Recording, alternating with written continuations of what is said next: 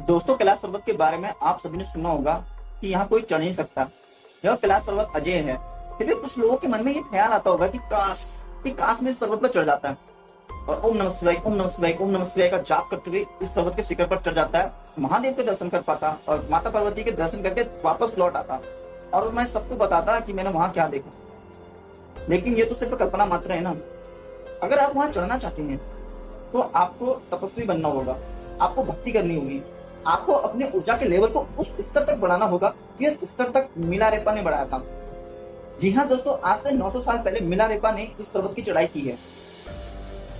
मिलारेपा एक बौद्ध भिक्षु है जिन्होंने इस पर्वत से लौटने के बाद शक्ति के साथ इसका विरोध करते हुए कहा था कि इस पर्वत पर नहीं चढ़ना है, क्योंकि यहाँ पर रहने वाले भगवान को इस पर्वत पर चढ़ने वाले लोगों से तकलीफ होती है। यह पवित्र पर्वत है, यहाँ कोई साधारण मनुष्य से नहीं चढ़ सकता। यहाँ पुण्य आत्मा ही निवास करती है। जिन व्यक्तियों के कर्म अच्छे होते हैं उन्हें यहाँ मोक्ष की प्राप्ति होती है। पौराणिक कथाओं के अनुसार ये कैलाश पर्वत अपने अंदर कई कथाओं को समेटे हुए है। यह पर्वत अजय है, इस पर कोई चढ़ नहीं सकता। आखिर क्यों इस पर कोई चढ़ नहीं सकता? इसकी जो ऊंचाई है ये तो माउंट एवरेस्ट से भी कम है। माउंट एवरेस्ट से कम होने के बावजूद भी इस पर कोई चढ़ नहीं पाता। जैसे ही कोई इस पर्वत पर चढ़ने की कोशिश करता है तो वह या लापता हो जाता है या तो मारा जाता है। शिव पुराण, मत्स्य पुराण और स्कंद पुराण में कैलाश पर्वत की महिमा के बारे में बताया गया है। कहा जाता है यहाँ भगवान शिव अपनी पत्नी पार्वती, पुत्र गणेश और कार्तिकेय के साथ इस पर्वत पर निवास करते हैं। रामायण में इसके पिरामिड नुमा होने के बारे में बताया जाता है। कहा जाता है ये एक शिव पिरामिड है। यह 100 छोटे छोटे पिरामिड के केंद्र में स्थित है। पिरामिड के केंद्र में होने के कारण इसे एक्सिस मुंडी भी कहा जाता है। उत्तरी ध्रुव और दक्षिण ध्रुव के मध्य में होने के कारण इसे दुनिया का केंद्र बिंदु कहा जाता है। यह वह एक्सिस मुंडी है जहां आकाश धरती से आकर मिलता है। कहा जाता है यहाँ अलौकिक शक्तियों का प्रवाह है। यहाँ दिव्य शक्तियां हैं। उन दिव्य शक्तियों से सिर्फ साधु संत या महात्मा जो बहुत ज्यादा तपस्वी हैं वही संबंध स्थापित कर सकता है। यह तपस्या करने का सबसे उच्चतम स्थान है जहाँ लोग तपस्या कर भगवान से सीधा संपर्क स्थापित करने की कोशिश करते हैं। कहा जाता है कैलाश पर्वत पर कई लोगों ने चढ़ने की कोशिश करी लेकिन कोई चढ़ नहीं पाया। ऐसा क्यों? साइबेरियाओं में यह कथा प्रचलित है कि जब वहां के पर्वतारोही इस पर चढ़े और जब वापस लौटे, हालांकि चढ़ तो नहीं पाए थे लेकिन वापस आना पड़ा था उन्हें, तो वो कई दशक बूढ़े हो चुके थे और एक वर्ष पश्चात उनकी मृत्यु हो गई थी। भारतीयों की तरह रूसियों को भी इस पर्वत में बहुत दिलचस्पी है। इसीलिए 19वीं और 20वीं सदी में कई लोगों ने इस पर चढ़ने का प्रयास किया, लेकिन कुछ लापता हो गए और कुछ मारे गए और कुछ लोगों की स्थिति ऐसी थी वो कुछ बोल नहीं पा रहे थे, अपनी सुबुत खो चुके थे। कहा जाता है यहाँ दिशा भ्रम होता है, यहाँ उम्र बहुत तेजी से बढ़ती है, यहाँ समय बहुत तेजी से बढ़ता है।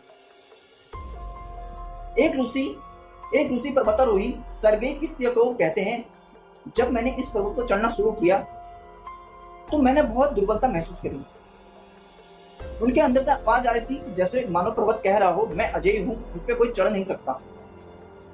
उनके सर में भयंकर सरदर्द हो रहा था, वहां कंपास भी काम नहीं कर रहा था।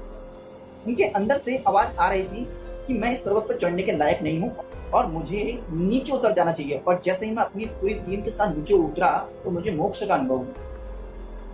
दोस्तों, यह पर्वत सन 1962 में भारत चाइना युद्ध में चाइना ने इसे अपने कब्जे में कर लिया था और चाइना ने इस पर्वत के रहस्य को पता लगाने के लिए कई बार कोशिश करी। कई विदेशी पर्वतारोहियों को बोला लेकिन उसे इसमें नाकामी ही हासिल हुई।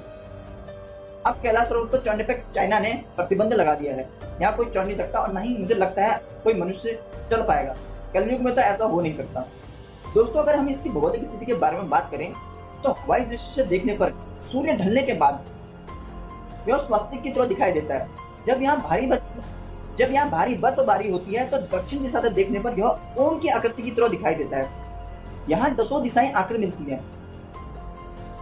इसके चारों दिशाओं में विभिन्न जानवरों के मुख हैं।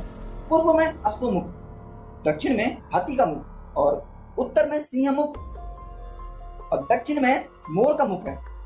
यहाँ से सिंध, ब्रह्मपुत्र, कर्नाली और घाघरा, सतलज जैसी नदियों का उद्गम होता है। जब आप इस पर्वत की यात्रा करेंगे तो आपको मानसरोवर झील और राक्षस झील दिखाई देगी।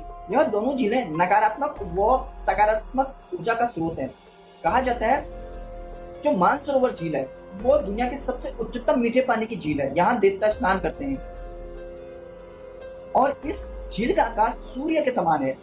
और वहीं राक्षस झील जो दुनिया की सबसे उच्चतम खारे पानी की झील है, इसका आकार चंद्र के समान है।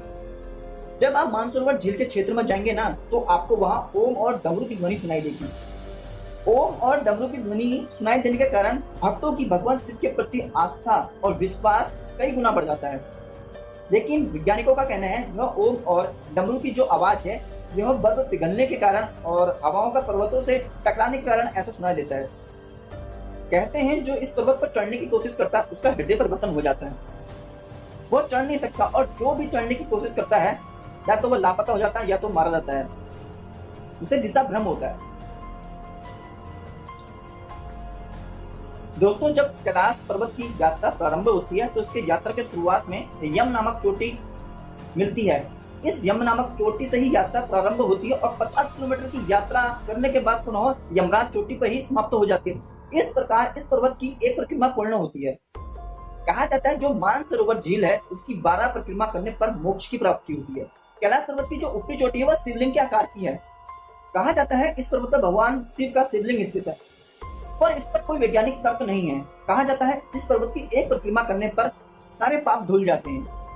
दोस्तों, कैलाश पर्वत पर अलौकिक शक्तियों का प्रभाव है। यहाँ की पुण्य आत्माएं और यहाँ की दिव्य शक्तियां ये नहीं चाहती कि इस पवित्र पर्वत पर कोई साधारण या पापी मनुष्य चढ़े।